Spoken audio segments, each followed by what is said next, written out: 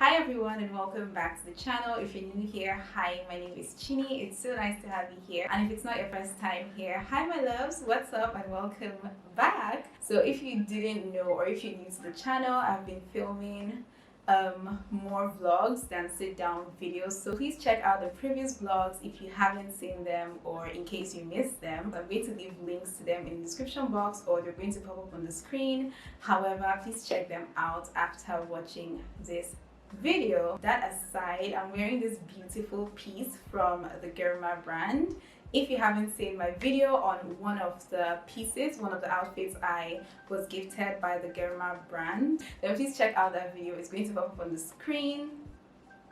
Oh my god, it's going to pop up on the screen though, or there's going to be a link in the description box to watch that video directly. But this is just a top. It's a wrap top in case you guys are curious, with the very puffy sleeves, long puffy sleeves. I really love them and I love the color as well. So this was gifted to me by the Germa brand as well. So please check them out on Instagram. I'm going to leave their handle here on the screen. They have this in different colors and different sizes. So just let them know what you want and you would get exactly what you asked for. Down to the main video, guys. In this video, I'm going to be helping you all out, to kind of ease your frustration on certain hygiene moments or embarrassing hygiene tips that occur or that you might experience that you really don't feel comfortable talking about because you get embarrassed or feel too shy,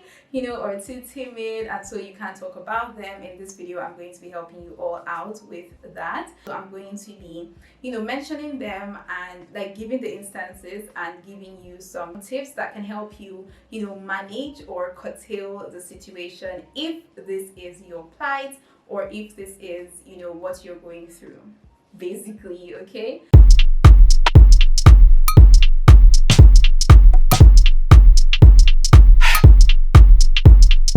alright, so the first one is pooping without splashbacks. So you're out in public and you want to use the restroom, you want to use the toilet, but you don't want splashback, you don't want nothing dropping and like splashing up and or going in there. Nah. Or you are in public and then there's people around you, but then you don't want people to know you're doing your business, know you are going number 2 in the restroom. Then one thing you can do is to get some toilet paper and roll up the toilet paper and then take it out and then place it inside the toilet. Now this will avoid splashbacks of any sort, so you don't have anything splashing up there or going anywhere it's not supposed to, and you do not end up giving out the fact that you are going number 2 in there. Okay, but to do this effectively, you really have to have a huge chunk of toilet paper, because if it's very thin, then once you place it, we all know like inside the water closet there is water down at the bottom of the toilet. So if you place a thin layer of toilet paper down there in the toilet, then the water from underneath might just soak up the toilet paper, and I mean all your efforts, all your time and effort is wasted. So make it a large chunk of toilet paper that you could just quickly put in there and quickly do what you want to do, so everything is literally dropping on the toilet paper and there is no splashback going on, or there is no giving out that you are doing your business or going number 2 inside the toilet. The next one is if you forget to use deodorant. Now this is not a regular thing that goes on all the time, like it's not a regular occurrence, I guess. I mean it's difficult for me to forget to use deodorant because it's part of my dress up routine, so it's very difficult for me to forget to use deodorants. But there are times when there are people who might forget to use deodorants, which is okay, and there are also times when you run out of deodorants. Okay, so when you're in a situation like that, then one thing you can do is to use some hand sanitizer under your pits. Okay, so the alcohol in the hand sanitizer is going to help you dry out your pits and do most of the work when it comes to getting some odor out. So don't go around doing this all the time. It's not a regular thing. It shouldn't be a regular thing. Please don't forget to use your deodorant. But just in case you forget to use your deodorant, or in case you run out of deodorants, then you could just do this that one time, and then it's going to save you for the day. I promise. Take it from me. So the next one is having sweaty armpits, as well as having a bad odor underneath your armpits. There is a very high chance of developing an odor, like a bad smell from underneath the armpits that you're not comfortable with just because you sweated. So I'm going to give you a tip. This is actually very simple, but most people neglect it because they don't know how important it is. Always make sure underneath your armpits are free of hairs. Make sure they are free of hairs, because I mean, you don't have to do this all the time. You don't have to be, you know, like bald all the time under there. If you are not comfortable with it, that's fine. But then for me, I really don't like it when I have hairs under my armpits. Nah, I don't like it at all. So I try my best to make sure I don't have hairs under my armpits, and this, from over the years, I have noticed actually helps to reduce the amount of sweat that occurs under the armpits, as well as any, like, if any negative smell wants to come around.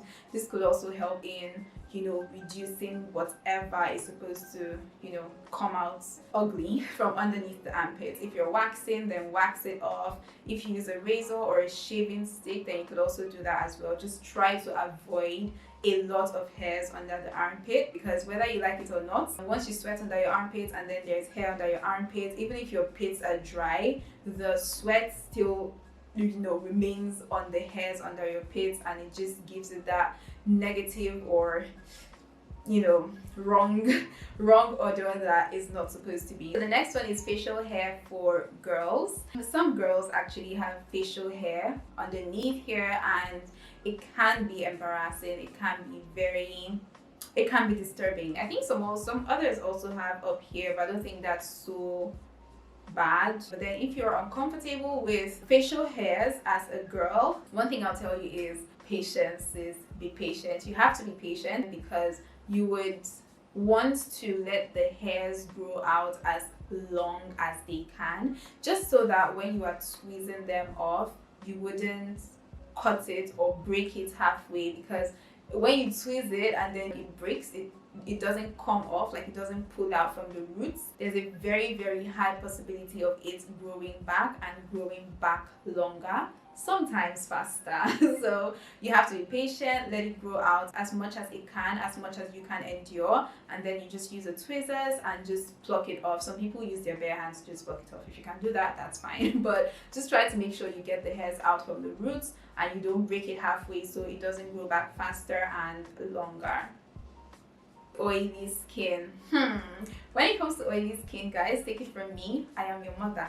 If you think you have oily skin, relax, like just hold on, because have you met me?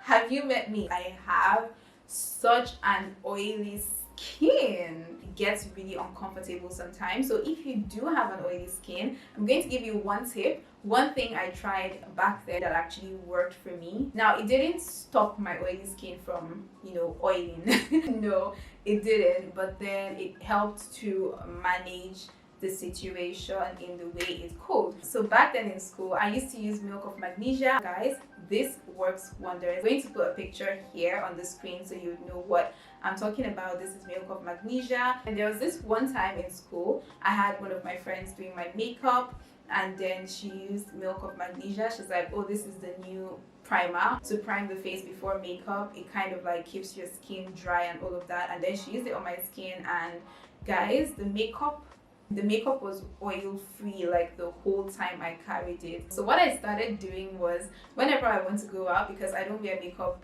a lot, I hardly wear makeup, so when I want to go out without makeup, of course, I take like some milk of magnesia. I use it on my face, and trust me, my face doesn't get oily until after hours. But then if you want to use milk of magnesia, you have to be very careful because it might make your face look very ashy. So you could just use a flat brush, a very thin layer of the milk of magnesia on your face so that it doesn't like get so ashy, because it can really get ashy. So try to just use a very thin brush, or maybe just your fingertips, to just apply it on your face or on the areas that get very oily, and it's going to, you know, carry you for some hours. Next one is bad breath.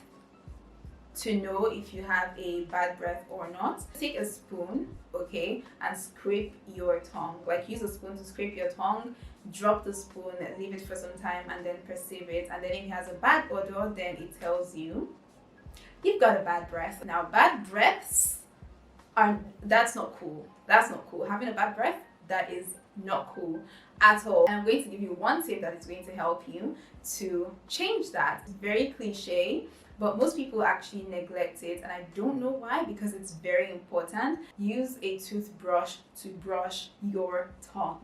Like, literally brush your tongue, because like a bad breath comes from the tongue, legit. Like, okay, not everything, we can't say like 100% of it comes from the tongue, but I can say a very large percentage comes from the tongue. So use a toothbrush and just, you know, scrub your tongue, wash your tongue. When you stop, you know, putting so much attention into brushing your mouth or taking good care of your mouth, that is when the bad breath, the mouth odor develops. And the more you continue to neglect it, the more it continues to, you know, grow and grow and grow. Now, another thing that you can do is to use a tongue scraper. I'm going to put a picture on the screen here, just in case you want to know what that is. That is a tongue scraper that you could use to scrape your tongue. So you could either brush your mouth properly, or you could, you know, purchase a tongue scraper and scrape your tongue. Yeah, starting your period at an awkward time. So I've heard most girls talk about how their periods are irregular, how it just comes and they don't know it's coming, and then it just, you know, catches them unaware. Surprise, motherfucker. Surprise, motherfucker. When you're in a situation like that and then there's no one around you who has anything to help you with, then just go into the bathroom, if there's a bathroom nearby, and then roll up some toilet paper again, flatten it, and then just put it on your underwear and wear it up. This is going to save you, you know, for some time, for some minutes, until you can get yourself a sanitary towel, pad, or tampons to use. But sis, try to have any of these things in your handbag when you're going out. It's very, very necessary, very important to have one of these things in your handbag, especially if your period is very disrespectful, like it just comes and doesn't respect your time at all, then you should definitely have one of these things in your handbag to save you from days like these. So that's it for this video. I hope you enjoyed it, and I hope I was able to ease your frustration if one of these things or more of these things might have been your major concerns. Let me know what you think of this video in the comment section. Don't forget to like, share, and subscribe if you haven't, and I'll see you all in the next one. Bye.